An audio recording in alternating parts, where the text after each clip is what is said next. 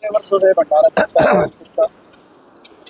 भंडारा तो ये 50 सालों से चलता हुआ हमारे पूज्य ताऊ भगीरथ जी चलाते थे। लेकिन इस प्रसाद का महत्व ही कुछ अलग है। जो मौसम में बदलाव होता है उसके हिसाब से भोजन जो किया जाता है वो पहले भगवान के लगा के और अपने करने का महत्व है, वो यहीं से शुरुआत होता है। और कढ़ी एक ऐसी आयुर्वेदिक दवा है जो त्योहार पर कुछ अच्छा बुरा भी खाया जाओ, हल्का भारी भी, उसको भी हजम करके आदमी को स्वस्थ कर देती है। 56 प्रकार का भोग होता है, इसमें क्या क्या भोग में क्या क्या लगाया जाता है? भोग में सब्जी, रोटी, पूड़े, कढ़ी, बड़े, खिचड़ी, मूंग, चावल, जो सब चीजें होती है ना वो सब चीजें बनाई जाती है। अन्नकूट का जो त्योहार है इसका मनाने का उद्देश्य मेन कारण क्या है, क्या उद्देश्य है? वैसे तो नहीं, ये जो गोवर्धन पूजा के नाम से किया जाता है। गोवर्धन पूजा में न भगवान कृष्ण ने शत्रुओं का नाश कर अपने भक्तों की लाज रखी थी। तो सभी हम आज के दिन ये प्रार्थना करते हैं कि परमात्मा हमें भी शत्रुओं से बचाकर हमारी लाज रखे। तो इसके अंदर जो प्रसाद वितरित की जाती है उसमें कढ़ी बनाई जाती है, पूरियाँ बनाई जाती है, तो ये ऐसा ही भोग क्यों मनाया जाता है? वो भी भोग होते हैं। वो भोग नहीं, ये मौसम के अनुसार अलग अलग खाना चाहिए, डॉक्टरों के वैद्यों के अनुसार भी। तो वे इस बात का द्योतक है कि आने वाले मौसम में क्या क्या चीज होनी चाहिए। हम गर्मियों में कोई बाजरा की खिचड़ी थोड़ी खाते हैं। बाजरा की खिचड़ी का महत्व ही अब है, कढ़ी का महत्व ही अलग है। अब जो जो सामान अब बनता है वो एक आने वाले मौसम के लिए। क्या कहना चाहेंगे जो आज अन्नकूट का प्रसाद जो है पूरे देश भर में ये त्योहार बड़ी धूमधाम से मनाया जा रहा है, क्या कहना चाहेंगे? ये देखो, ये एक हमारी परंपरा का अभिन्न हिस्सा है और इन गोनीवाला जी के परिवार ने 50 साल से परंपरा चलती आई है। 50 साल से परंपरा चलती आई है और हमारा तो सौभाग्य मानता हूँ कि इनके साथ यहाँ पर आज उपस्थित होने का मौका मिला। और ये प्रतीक भी है कि हम सारे साथ मिलकर किस तरीके से समाज को एकता में लेकर चलें, सब बराबर एक किस तरह से आज ये प्रसाद ग्रहण कर रहे हैं, ये एक बहुत बड़ी बात है और हमारी समाज का अभिन्न हिस्सा है और इसका आगे भी ये परंपरा चलती रहे, मैं तो यही कामना करूँगा। इसमें कितने तरह के जो प्रसाद है वो बनाए जाते हैं? वो तो गोनीवाला जी बताएंगे। इसमें क्या कहना चाहेंगे? अन्नकूट का जो प्रसाद किया जाता है इसका उद्देश्य क्या रहता है, वो त्योहार किस प्रकार से मनाते हैं? देखिए, जब दीपावली आती है तो दीपावली के संग 3-4 दिन कंटिन्यू महत्व रहता है। छोटी दीपावली, बड़ी दीपावली है, और उसके बाद अन्नकूट का प्रसाद, भगवान विश्वकर्मा की पूजा। आज का दिन भगवान विश्वकर्मा की पूजा और गोवर्धन की पूजा होती है। ये सारे भारतवर्ष में इस त्योहार को मनाया जाता है और इस त्योहार पर मैं सभी मेरे परिवार की तरफ से शहरवासियों को, हरियाणा वासियों को बधाई देता हूँ। हमारा ये मंदिर 100 साल से ज़्यादा पुराना हमारा ये मंदिर है और मैं ये समझता हूँ कि मेरी उम्र के हिसाब से बचपन से करीब 65 साल से ज़्यादा यहाँ हर साल अन्नकूट लगा प्रसाद लगाया जाता है, क्योंकि हमारे यहाँ मंदिर में भगवान श्री कृष्ण की प्रतिमा है और गोवर्धन की पूजा की जाती है। गोवर्धन की पूजा का महत्व भगवान श्री कृष्ण ने ये बताया कि जब भगवान ने गोवर्धन को उठाया था तो आम आदमी की रक्षा की गई थी। तो हर व्यक्ति भगवान गोवर्धन की पूजा करता है। और अन्नकूट का प्रसाद ये इसलिए लगाया जाता है कि इस सीजन में सब नए व्यंजन आते हैं, जैसे ज्वार आता है, बाजरा आता है, चावल आते हैं, भिन्न प्रकार की सब्जियां नई आती है सर्दी के मौसम में। तो भगवान को पहले चढ़ाया जाता है, इसका भोजन बना के पहले भगवान को चढ़ाया जाता है।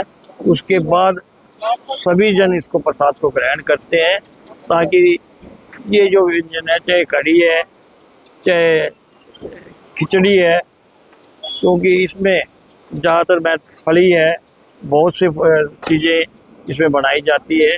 कम से कम 56 प्रकार के भोज इसके अंदर होते हैं, जो थोड़े थोड़े गाजर है, मूली है, पत्ता मूली है और सभी प्रकार के आप देखेंगे, ताकि जब कोई चीज़ की शुरुआत हो जाती है पहले भगवान से करनी चाहिए। भगवान के मंदिर में प्रसाद लगा के इसको वितरित किया जाए। का महत्व क्या रहता है? आज गोवर्धन पूजा का दिन है, बहुत ही शुभ दिन है। आज के दिन श्री कृष्ण जी ने इंद्र का अहंकार तोड़ा था। आज इस शुभ दिन पे हमारे पवन बुआनीवाला जी और अशोक बुआनीवाला जी ने अन्नकूट का आयोजन किया है। बहुत सुंदर आयोजन करते हैं, हर साल ही करते हैं ये लोग, तो बहुत बढ़िया है। और लगभग सारे भिवानी के लोग यहाँ जुड़ते हैं। बहुत अच्छा लगा यहाँ आके। और इस दिन तो खुशी का दिन भी है, ये किसी का अहंकार टूटा है तो इस प्रसाद को भी जरूर ग्रहण करना चाहिए। और आज के दिन की मैं सबको गोवर्धन पूजा की भिवानी वासियों को शुभकामनाएं। कितने वर्षों से चल रहा है ये कार्यक्रम? ये काफ़ी साल से चल रहा है। मैंने जब से वो संभाला है मैं आ रहा हूँ। अशोक जी का फ़ोन आज भी आया, पवन जी का भी फ़ोन आया, तो मैं तो हर साल ये बुलाते हैं, मैं आ जाता हूँ। साल एग्जैक्ट याद नहीं है मेरे को, लेकिन काफ़ी टाइम से चल रहा है। आज का ये अवसर भाईचारे का अवसर है। हम लोग जब दीपावली के बाद, पूजन के बाद एक दूसरे को राम राम करने का एक अवसर है, उसको हम लोग अन्नकूट के रूप में सेलिब्रेट करते हैं। आज के 2-3 पर्व है। पहला पर्व तो ये कि किसानों की फसल आती है, मोटा अनाज आता है, और मोटे अनाज को पहले भगवान को समर्पित किया जाता है। तो बाजरा है, ज्वार है, सारे को मिलाकर अन्नकूट बनाया जाता था। उसका ये एक पर्व है। किसानों का जो पहली फसल आती उसको मिला के भाईचारे में बांटा जाता था, और उसको एक परिवार के रूप में, एक सेलिब्रेट के रूप में उसको ऑर्गेनाइज किया जाता था। दूसरा भगवान कृष्ण से जुड़ा हुआ ये है, और भगवान कृष्ण ने आज गोवर्धन की पूजा की थी, और गोवर्धन की पूजा करके आज इस अवसर को सेलिब्रेट किया था। तो आज ये दूसरा अवसर है। तीसरा अवसर ये है कि दिवाली के बाद हम सब इकट्ठे होते हैं, भाईचारे में हम लोग एक दूसरे को प्रणाम करते हैं, मिलते हैं, गले मिलते हैं।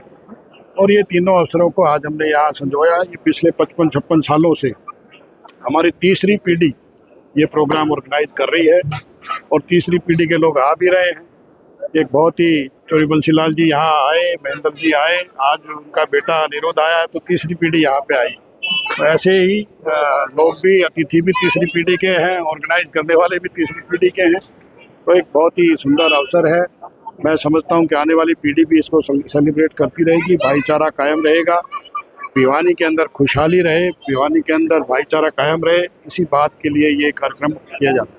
क्या कहना चाहेंगे जो आज ये त्योहार मनाया जा रहा है, किसे खुशी में मनाया जा रहा है, क्या कहना चाहेंगे? ये दीपावली के बाद ये अन्नकूट का त्यौहार कहिए आप, इसको मनाया जाता है ताकि सब लोग भाई इकट्ठे हो जाएं, आपस में प्रेम बना रहे, और प्रेम के साथ साथ मतलब खान पान जो पीछे दिवाली पर मीठा हर तरह का खाया जाता है, उन इस खान पान का अलग ही मज़ा है, जिसमें हर तरह की सांगरियाँ और चीज़ें बनाई जाती हैं, तरह तरह की मिठाई बनाई जाती हैं, और बढ़िया होता है। और क्या है,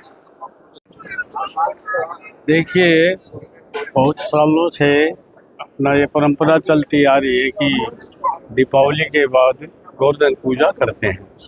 तो कृष्ण भगवान जी ने इसी दिन पर्वत को अपनी उंगली पे उठाया था, और इस अवसर पे हम सब भाइयों का आपस में मिलन हो जाता है और सहभोज हो जाता है, क्योंकि दिवाली पे मीठा और बहुत कुछ खाया जाता है। तो इस दिन कढ़ी का विशेष महत्व है। तो इस प्रकार से आपसी में मिलन हो जाता है सब भाइयों का आपस में। और कृष्ण जी को भी हम इस दिन याद करते हैं। गोवर्धन जी की पूजा सुबह सुबह हम सब करते हैं। ये हमारा हिंदुओं का बहुत बड़ा पर्व है, त्यौहार है। आज जो बुआनी वाला परिवार द्वारा हर वर्ष की भांति जो अन्नकूट का प्रसाद लगाया गया, इसका मुख्य उद्देश्य एक ही है कि यहाँ पर हर व्यक्ति, 36 बिरादरी का हर पार्टी का व्यक्ति यहाँ पर आकर के अपना यहाँ भगवान कृष्ण की पूजा करते हैं, और उसके बाद सहभोज होता है। इसमें मुख्य रूप से एक ही बात है कि दीपावली के अगले दिन ये अन्नकूट होता है। ये कृष्ण भगवान का जो गोवर्धन पर्वत को उठाया और सभी ग्वाल बालों को बचाया, उस उपलक्ष्य में जो कि पूरा भारतवर्ष पूरी दुनिया में कृष्ण का ये त्यौहार मनाया जाता है। और वो भवानीवाला परिवार के सभी भाई, अशोक, पवन, सभी मिलकर के ये बढ़िया प्रोग्राम करते हैं और इसमें हर व्यक्ति भाग लेता है। भगवान कृष्ण ने जो प्रजा के ऊपर जो आफत आई थी, बारिश तेज हो गई थी, तो उन्होंने अपनी चिटकली अंगली पे गिरिराज पर्वत को उठाया था आज के दिन, और प्रजा की भलाई के लिए, देश की भलाई, समाज की भलाई के लिए उन्होंने कार्य किया था। आज उनका पर्व है और हम जिसे गोवर्धन पूजा के नाम से मानते हैं, पर्वत की पूजा की जाती है गोवर्धन महाराज की। तो जैसे हमने दिवाली पे, धनतेरस पे मीठा खाया और भी खाया, तो आज यहाँ जो कढ़ी चावल है, कोई खिचड़ी है, वो नाना प्रकार के जो व्यंजन है, जो हमारी पुरानी संस्कृति, हमारे जो संस्कार थे, वो आज सभी मंदिरों में वो आपको देखने के लिए मिलेंगे और सभी भगवान का प्रसाद ग्रहण करेंगे। और इस प्रसाद से जो शरीर के जो अंदर जो गलत एनर्जी है वो बाहर निकलेगी और अच्छी एनर्जी और अच्छे संस्कार हमारे अंदर पैदा होंगे।